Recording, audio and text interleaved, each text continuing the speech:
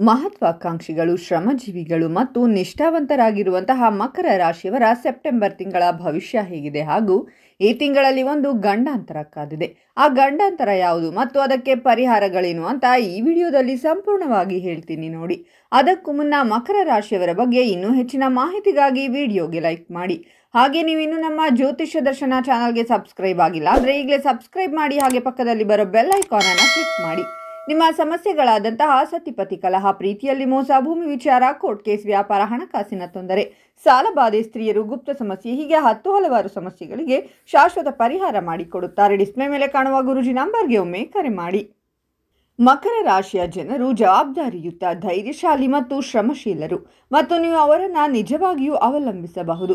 ತಮ್ಮ ಕರ್ತವ್ಯಗಳನ್ನು ನೆನಪಿಸಿಕೊಳ್ಳುವ ಜನರನ್ನು ಜಗತ್ತು ಪ್ರೀತಿಸುತ್ತದೆ. ಒಬ್ಬ ವ್ಯಕ್ತಿಯು ಕರ್ತವ್ಯಕ್ಕೆ ಬದ್ಧನಾಗಿದ್ದರೆ ಆ ವ್ಯಕ್ತಿಯು ಕೆಲಸದಲ್ಲಿ ಅತ್ಯುತ್ತಮವಾಗಲು ಮತ್ತು ನಂತರ ತಂಡವನ್ನು ಮುನ್ನಡೆಸುವ ಹೆಚ್ಚಿನ ಅವಕಾಶಗಳಿವೆ. ಮಕರ ರಾಶಿಯವರು ಸಮರ್ಥನೀಯ ಮನಸ್ಸನ್ನು ಹೊಂದಿದ್ದಾರೆ ಮತ್ತು ಹೀಗೆ ಪ್ರತಿಯೊಂದು ಸನ್ನಿವೇಶ ಅಥವಾ ವ್ಯಕ್ತಿಯನ್ನ ಎಲ್ಲ ಕಡೆಯಿಂದ ನಿರ್ಣಯಿಸಬಲ್ಲರು. ಇನ್ನು ಮಕರ ರಾಶಿಯವರ ಸೆಪ್ಟೆಂಬರ್ ತಿಂಗಳ ಭವಿಷ್ಯ ಹೇಗಿದೆ ಅಂತ ನೋಡೋದಾದ್ರೆ, ಈ ತಿಂಗಳಲ್ಲಿ ನಿಮ್ಮ ಆದಾಯ ಹೆಚ್ಚಾಗಬಹುದು. ಹೊಸ ಆದಾಯದ ಮೂಲಗಳು ನಿಮ್ಮನ್ನು ಹುಡುಕಿ ಬರಬಹುದು. ಸಂಗಾತಿಯೊಂದಿಗಿನ ಸಂಬಂಧದಲ್ಲಿ ಮಧುರತೆ ಇರುತ್ತದೆ. ವಿದ್ಯಾರ್ಥಿಗಳಿಗೆ ಅಧ್ಯಯನದಲ್ಲಿ ಆಸಕ್ತಿ ಮೂಡಲಿದೆ. ಅಲ್ಲದೆ ಈ ಸಮಯದಲ್ಲಿ ನೀವು ಖ್ಯಾತಿ ಗಳಿಸುತ್ತೀರಾ. ಸಮಾಜದಲ್ಲಿ ಗೌರವ, ಪ್ರತಿಷ್ಠೆ ಸಿಗಲಿದೆ. ಉದ್ಯೋಗಸ್ಥರು ಕೆಲಸದ ಸ್ಥಳದಲ್ಲಿ ಕೆಲವು ಹೊಸ ಜವಾಬ್ದಾರಿಯನ್ನು ಪಡೆಯಬಹುದು. ನೀವು ಕಿರಿಯರು ಮತ್ತು ಹಿರಿಯರ ಬೆಂಬಲವನ್ನು ಸಹ ಪಡೆಯುತ್ತೀರಾ. ಈ ಅವಧಿಯಲ್ಲಿ ನೀವು ವಾಹನ ಅಥವಾ ಆಸ್ತಿಯನ್ನು ಖರೀದಿಸಬಹುದು.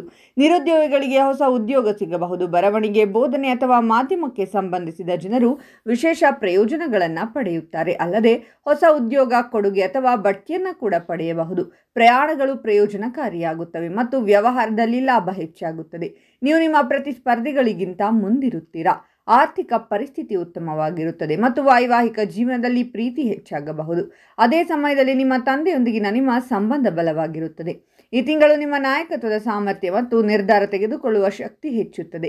ಇದರಿಂದಾಗಿ ಸಹೋದ್ಯೋಗಿಗಳು ಮತ್ತು ಹಿರಿಯರು ನಿಮ್ಮನ್ನು ಹೊಗಳುತ್ತಾರೆ. ಅಲ್ಲದೆ ನೀವು ಹೊಸ ಉದ್ಯೋಗ, ಕೊಡುಗೆ ಅಥವಾ ಬಡ್ತಿಯನ್ನು ಪಡೆಯಬಹುದು. ಪ್ರಯಾಣಗಳು ಪ್ರಯೋಜನಕಾರಿಯಾಗುತ್ತವೆ ಮತ್ತು ವ್ಯವಹಾರದಲ್ಲಿ ಲಾಭ ಹೆಚ್ಚಾಗುತ್ತದೆ. ನೀವು ನಿಮ್ಮ ಪ್ರತಿಸ್ಪರ್ಧಿಗಳಿಗಿಂತ ಮುಂದುವರಿಯುತ್ತೀರಾ.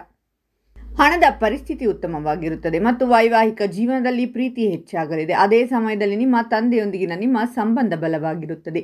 ನೀವು ಧಾರ್ಮಿಕ ಕಾರ್ಯಗಳಲ್ಲಿ ಆಸಕ್ತಿ ಹೊಂದಿರುತ್ತೀರಾ. ನಿಮ್ಮ ಬೌದ್ಧಿಕ ಮತ್ತು ಆಧ್ಯಾತ್ಮಿಕ ಸಾಮರ್ಥ್ಯಗಳು ಉತ್ತುಂಗದಲ್ಲಿರುತ್ತವೆ ಮತ್ತು ನಿಮ್ಮ ಜೀವನದ ಉದ್ದೇಶವನ್ನು ನೀವು ಅರ್ಥ ಮಾಡಿಕೊಳ್ಳಲು ಸಾಧ್ಯವಾಗುತ್ತದೆ. ಈ ತಿಂಗಳು ನಿಮ್ಮ ಪ್ರಯಾಣಗಳು ಪ್ರಯೋಜನಕಾರಿಯಾಗುತ್ತವೆ. ವಿಶೇಷವಾಗಿ ನೀವು ವಿದೇಶದಲ್ಲಿ ಕೆಲಸ ಮಾಡುತ್ತಿದ್ದರೆ ಉದ್ಯೋಗದಲ್ಲಿ ಬಡ್ತಿ ಅಥವಾ ಹೊಸ ಯೋಜನೆಗಳನ್ನು ಪ್ರಾರಂಭಿಸಬಹುದು. ಅಧ್ಯಯನ ಮಾಡುವ ವಿದ್ಯಾರ್ಥಿಗಳು ವಿದೇಶದಲ್ಲಿ ಅಧ್ಯಯನ ಮಾಡಲು ಅವಕಾಶವನ್ನು ಪಡೆಯಬಹುದು.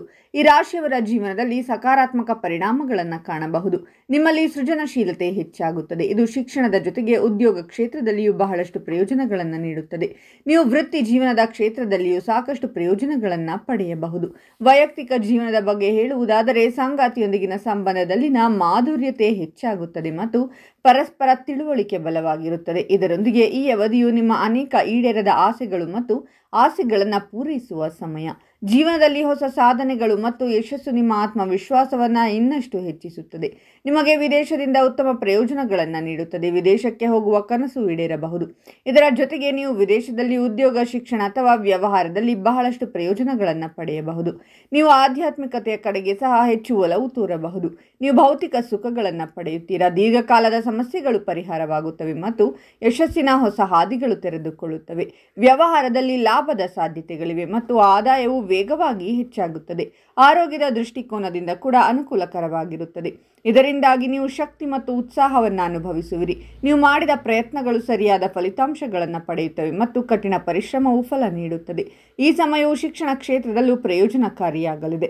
ವಿದ್ಯಾರ್ಥಿಗಳು ಅಧ್ಯಯನದಲ್ಲಿ ಏಕಾಗ್ರತೆ ಮತ್ತು ಪ್ರಗತಿಯನ್ನು ಪಡೆಯುತ್ತಾರೆ. ಒಟ್ಟಾರೆಯಾಗಿ ಈ ತಿಂಗಳು ನಿಮಗೆ ಪ್ರಗತಿ, ಸಮೃದ್ಧಿ ಮತ್ತು ತೃಪ್ತಿಯನ್ನು ತರುತ್ತದೆ. ಮೇಲಧಿಕಾರಿಗಳೊಂದಿಗಿನ ನಿಮ್ಮ ಸಂಬಂಧ ಬಲವಾಗಿರುತ್ತದೆ. ಇದರಿಂದಾಗಿ ಕೆಲಸದ ಸ್ಥಳದಲ್ಲಿ ನಿಮ್ಮ ಕಾರ್ಯಕ್ಷಮತೆ ಉತ್ತಮವಾಗಿರುತ್ತದೆ. ಗಳಿಗೆ ಪಾಲುದಾರಿಕೆಯಲ್ಲಿ ಹೊಸ ಯೋಜನೆಗಳನ್ನು ಪ್ರಾರಂಭಿಸಲು ಮತ್ತು ಲಾಭ ಗಳಿಸಲು ಈ ಸಮಯ ಅನುಕೂಲಕರವಾಗಿರುತ್ತದೆ. ದೀರ್ಘಾವಧಿಯ ಯೋಜನೆಗಳಲ್ಲಿ ಹೂಡಿಕೆ ಮಾಡುವುದರಿಂದ ನಿಮಗೆ ಉತ್ತಮ ಲಾಭ ಸಿಗಬಹುದು. ಪ್ರೇಮ ಜೀವನದಲ್ಲಿಯೂ ಸಕಾರಾತ್ಮಕ ಬದಲಾವಣೆಗಳು ಕಂಡುಬರುತ್ತವೆ ಮತ್ತು ಸಂಗಾತಿಯೊಂದಿಗೆ ಸಮಯ ಕಳೆಯುವುದು ಸಂಬಂಧದಲ್ಲಿ ಮಾಧುರ್ಯವನ್ನು ತರುತ್ತದೆ. ಆರೋಗ್ಯದ ದೃಷ್ಟಿಯಿಂದ ಮಾನಸಿಕ ಶಾಂತಿ ಮತ್ತು ದೈಹಿಕ ಶಕ್ತಿ ಉಳಿಯುತ್ತದೆ. ಈ ಅವಧಿಯಲ್ಲಿ ತಮ್ಮ ಯೋಜನೆಗಳನ್ನು ಕಾರ್ಯಗತಗೊಳಿಸುವಲ್ಲಿ ಯಶಸ್ಸು ಸಿಗುತ್ತದೆ. ಉದ್ಯೋಗಸ್ಥರಿಗೆ ಹೊಸ ಉದ್ಯೋಗ ಅಥವಾ ಅಸ್ತಿತ್ವದಲ್ಲಿರುವ ಉದ್ಯೋಗದಲ್ಲಿ ಬಡ್ತಿಯಂತಹ ಹೊಸ ಅವಕಾಶಗಳು ಸಿಗಬಹುದು. ನಿರುದ್ಯೋಗ ಪರಿಸ್ಥಿತಿ ಸುಧಾರಿಸುತ್ತದೆ ಮತ್ತು ವಿದೇಶಗಳಿಗೆ ಸಂಬಂಧಿಸಿದ ಕೆಲಸದಲ್ಲಿ ಯಶಸ್ಸು ಸಿಗುತ್ತದೆ. ಈ ಅವಧಿಯಲ್ಲಿ ಉದ್ಯಮಿಗಳು, ವಿಶೇಷವಾಗಿ ಪಾಲುದಾರಿಕೆಯಲ್ಲಿ ಕೆಲಸ ಮಾಡುವವರು, ಉತ್ತಮ ಲಾಭ ಗಳಿಸುತ್ತಾರೆ.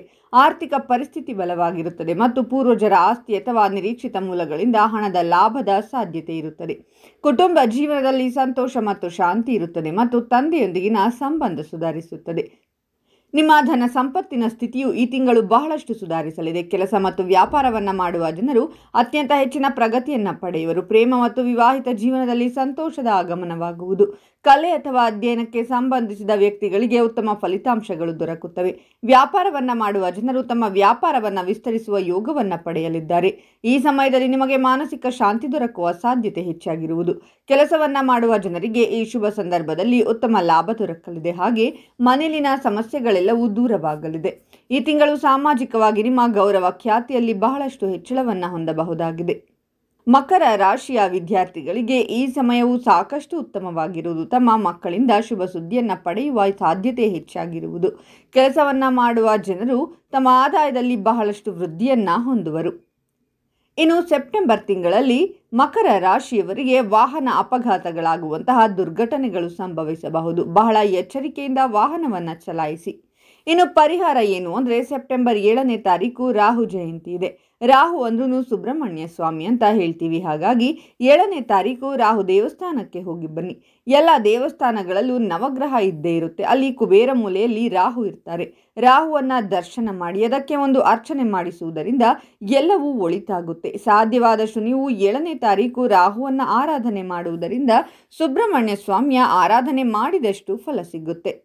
ಓಂ ಸುಬ್ರಹ್ಮಣ್ಯಾಯ ನಮಃ ಅಂತ ಕಾಮೆಂಟ್ ಮಾಡಿ. ಈ ಮಾಹಿತಿಯನ್ನು ಎಲ್ಲರಿಗೂ ಶೇರ್ ಮಾಡಿ. ಅವರು ಕೂಡ ಕಷ್ಟಗಳಿಂದ ಹೊರಬರುವಂತಾಗಲಿ. ನಿಮಗೂ ಒಳಿತಾಗುತ್ತೆ.